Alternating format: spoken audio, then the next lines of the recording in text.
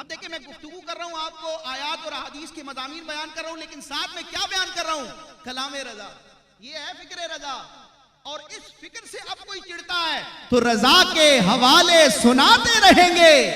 अरे वो जो ताजुश शरीयत का बड़ा प्यारा कलाम है कि वो नबी करीम अलैहिस्सलाम ने हजरत इमाम अहमद रजा पर ये करम फरमाया है कि आप इस्लाम और सुन्नियत की असल रूह पेश करने वाले हैं, तो आप फरमाते हैं कि मसलके आला हजरत पे कायम रहो, जिंदगी दी गई है इसी के लिए।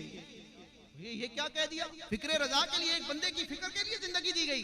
अरे फिक्र रजा का माना नहीं समझे कुरान और हदीस और 14 सदियों के उम्मत के इल्मी विरसे और अकायद का खुलासा, और उसका नाम फिक्र रजा है।